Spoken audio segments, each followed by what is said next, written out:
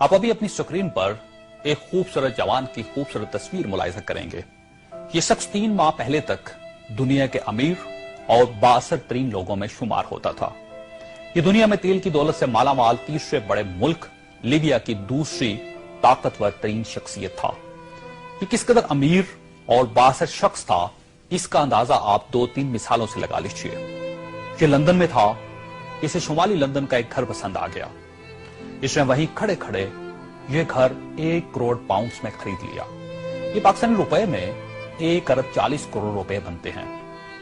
اس نے 2009 میں مانٹی کارلو میں اپنی 37ویں سالگرہ منائی. یہ دنیا کی مہنگی ترین سالگرہ تھی، جس میں روس کے الومینیم ٹائکون اولیگ ڈیریپاسکا، سونے کی کانوں کے مالک پیٹر منک اور مناکو کے شہزادے البرٹ سمیت دنیا بھر کی مشہور شخصیات نے شرکت کی. یہ پینٹنگ خریدنے کا شوقین تھا. اس کے پاس اربوں ڈالر کے شاہپارے تھے اور یہ تمام شاہپارے اس کے محلات میں لگے تھے. اسے 2006 میں اسرائیلی اداکارہ اورلی بینسمین اچھی لگ گئی تو اس نے اس کے گرد دولت کے انبار لگا دیے. چنانچہ یہ اس کی گرل فرینڈ بن گئی اور یہ دنیا کی مہنگی ترین گرل فرینڈ تھی.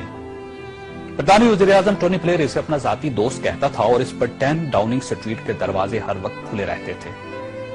برطانوی شاہی خاندان نے اسے کئی بار بکنگم پیلس اور ونڈسر کاسل میں لنچ اور ڈنر دیے تھے.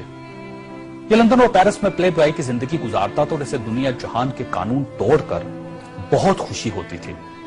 اس نے ایک بار پیرس کی شانزلیزے پر 120 کلومیٹر کی رفتار سے گاڑی چلا کر پوری یورپی دنیا کو حیران کر دیا اور پیرس کی سٹی حکومت کوشش کے باوجود اس کا چالان نہ کر سکی. یہ لیبیا کی انویسٹمنٹ اتھارٹی کا سربراہ بھی تھا اور یہ اتھارٹی دنیا کے کسی بھی ملک میں کسی بھی وقت $10 بلین تک کی سرمایہ کاری کر سکتی تھی اور یہ ایک بہت بڑا استحقاق تھا. اس شخص کا نام ناظرین سیف الاسلام ہے اور یہ لیبیا کے سابق حکمران کرنل قذافی کا بیٹا ہے. سیف الاسلام کرنل قذافی کا وارث اور ولی عہد بھی تھا اور اسے دنیا کا اس کے بارے میں خیال تھا کہ یہ کرنل قذافی کے بعد لیبیا کا حکمران ہوگا. یہ اس قدر بااثر تھا کہ کرنل قذافی کو نیوکلیر پروگرام ترک کرنے پر بھی اسی نے قائل کیا تھا. اس نے بلغاریہ کے اس میڈیکل گروپ کو چھڑوانے میں بھی بڑی مدد کی تھی جس پر بچوں کو ایڈز کے ٹیکے لگانے کا الزام تھا. بلر نائٹ کلب اور لاکروبی دھماکے کے متاثرین کو معاوضہ بھی اسی کے حکم سے جاری ہوا تھا. اب میں آپ کو اس کی تازہ ترین تصویریں دکھانا چاہتا ہوں. یہ سیف الاسلام 3 ماہ پہلے لیبیا کے چھوٹے سے قصبے اباری میں چھپ گیا. یہ 2 دن پہلے 19 نومبر کو قصبے کے ایک ایسے کمرے سے برآمد ہوا جس میں باتھ روم تک نہیں تھا اور یہ بدبودار پرانے کمبل میں لپٹا تھا.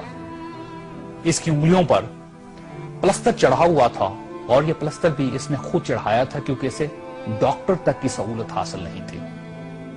یہ سیف الاسلام اس وقت لیبیا کی موجودہ حکومت کے قبضے میں ہے اور پوری دنیا میں کوئی شخص اس شخص کو پناہ دینے کے لیے تیار نہیں جو 3 ماہ پہلے تک ملکہ برطانیہ کا شاہی مہمان بنتا تھا اور ٹونی بلیئر اسے مائی فرینڈ کہتا تھا اور پیرس کی کمپنیاں اس کے لیے خصوصی خوشبو ایجاد کرتی تھی. یہ ہے سوال اور یہ تصویر دنیا کے ان تمام حکمرانوں اور ان کے خاندانوں کے لیے عبرت کا سبق ہے جو اقتدار کو سب کچھ سمجھ لیتے ہیں اور جو اس زوم میں مبتلا ہو جاتے ہیں کہ ان کے اقتدار کا درخت ہمیشہ سبز رہے گا. یہ تصویر دنیا بھر کے حکمرانوں سے چیخ چیخ کر کہہ رہی ہے کہ جو حکمران عوام کا اعتماد کھو دیتے ہیں ان کا یہ انجام ہوتا ہے. انہیں بدبودار کمبل بھی پناہ نہیں دیتے.